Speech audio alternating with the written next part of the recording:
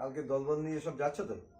হ্যাঁ, আগামীকাল তো যেতেই হবে। হ্যাঁ, গ্রেট লিডার আর সবাইকে বলা হয়েছে তো? হ্যাঁ, সবাইকে বলেছি। কারণ কি, বিজনেস যদি কারো যদি স্বপ্ন পূরণ করতে হবে, মানে লাক্সারি লাইফ, তার ভেতরে খিদে আছে, বাড়ি করব, গাড়ি করব, 5 স্টার হোটেলে খাওয়া দাওয়া করব, মানুষের মতো মানুষে বাঁচবো, দান ধ্যান করব, গাড়ি করব, বাড়ি করব, মানে আমি যা চাইবো তাই পাবো, সবসময় পকেটে টাকা থাকবে, টাকা ছাড়া তার কোনো আনন্দ ভর্তি নেই।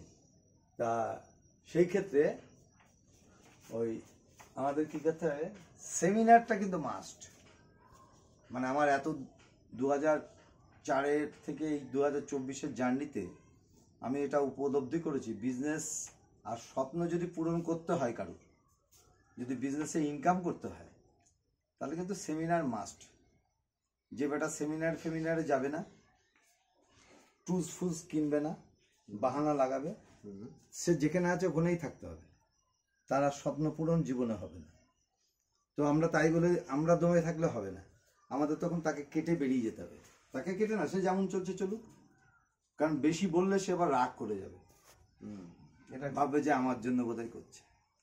হ্যাঁ, সে হয়তো দেখা তোমার ফোন তুলছে না, সেই জন্য তার সঙ্গে রাগ করতে হবে না, সে নিজে বুঝতে পারবে হয়তো 5 বছর বাদে, তখন যাবে, তখন নিজেই কান্নাকাটি করবে, না ঠিক আছে। এটা তো ঠিকই, একটা সময় আপনি যখন আমাকে বলেছেন, বিনয় স্যার আমাকে বলতো, তখন আমি বিভিন্ন সময় স্যার আমার এই সমস্যা আছে, আমি আজকে যেতে পারছি না, পরে যাব, এরকম প্রতিশ্রুতি দিয়েছি, এটা ঠিক। কিন্তু যখন আমি নিজে বুঝলাম, তখন তো আমি আপনাদের একদম ক্লিয়ার বলেছি, স্যার আমার মাসে একটা সেমিনার মাস্ট করবই, এবং যেহেতু আমি সেটা স্কুল মাস্টারের সঙ্গে রয়েছি, অন্যদিন ফাঁকা পাই না, রবিবার করে যেখানে হবে আমি মাসে অন্তত একটা আমি অ্যাটেন্ড করবই। আমার নিজে টিমের মধ্যে 500 লোক আছে, 500 লোককেই আশা করলে হবে না, ওর ভেতরে বাঁচতে হবে তোমায়, যে কোনটা মান আর হুঁশ আছে, কোনটা লিডারশিপ ভাব আছে, তাকে নিয়ে সেমিনারে দেখাতে হবে। তার যদি ব্যাটারি চার্জটা করে নেওয়া যায়, তার ভেতরে যদি আগুন জ্বলিয়ে দেওয়া যায়, তাহলে ওই 500 লোককে তারা, আমি একার পক্ষে সম্ভব না, ওই 10 জন তখন জিম্মাদারি নেবে, 500 লোকের মধ্যে হয়তো 50 জন 100 জনকে নিয়ে যেতে পারবে। ওই 100 জন যখন যেতে যেতে যখন তৈরি হবে, তখন দেখা যাবে 500 লোকই দৌড়চ্ছে। তা আগে আমাদের নিজেকেই কিন্তু ব্যাটারি চার্জ করতে হবে, নিজে চম্বুকত্ব না হলে অপরকে চম্বুকত্ব করানো যাবে না। আর মহলে যেতেই হবে, মহলে না গেলে দেখুন ওখানে তো সবাই সাকসেসফুল লোকজনের আবির্ভাব হয়, তাহলে ওখানে সাকসেসফুল লোকের সঙ্গে আবির্ভাব হলেই তখন তোমার ভেতরে কিন্তু একটা চাহিদা আসবে। কিন্তু আমি যদি বেসাকসেসফুল লোকের সাথে বাড়িতে বসে থাকি, অজুহাত লাগাই, তাহলে একটা বাচ্চা পড়াশোনা করাতে গেলে যদি বলে পয়সা লাগবে, পয়সা তো লাগবেই বাবা, ডাক্তার হোক, ইঞ্জিনিয়ার হোক, উকিল হোক, মুক্তার হোক, সরকার থেকে টাকা দেবে, তারপর আমি পড়বো, নাহলে পড়বো না, তা বললে তো হবে না। তো মেহনত করে পয়সা, টিউশনি করে পয়সা রোজগার করে, কষ্ট করে যারা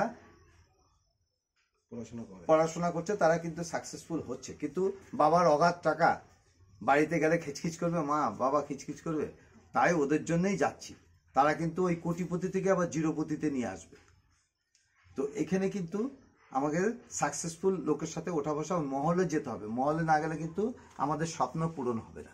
তো কালকে যে ব্যক্তি আসছে, দুর্ধর্ষ লিডার NH খান, অনিন্দ মিশ্র, কিরম বড় লিডার, তার উপরে NH খানের বাবা মানে গুরু, বিরাট বড় লিডার, মানে বিজয় বিরোধিয়া, হেভি চন্মনে লিডার, ফাইটার লিডার।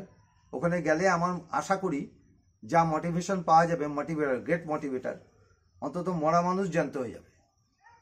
তাই সবাইকেই আমি RCM এর তরফ থেকে সমস্ত অ্যাসোসিয়েট বায়ারদের কাছ থেকে অনুরোধ করছি, প্রত্যেকে যেন কালকের মিটিংটা অবশ্যই যায় 1টার সময় কাকিনাড়া প্রেমচাঁদ ভবনে, ঠিক আছে?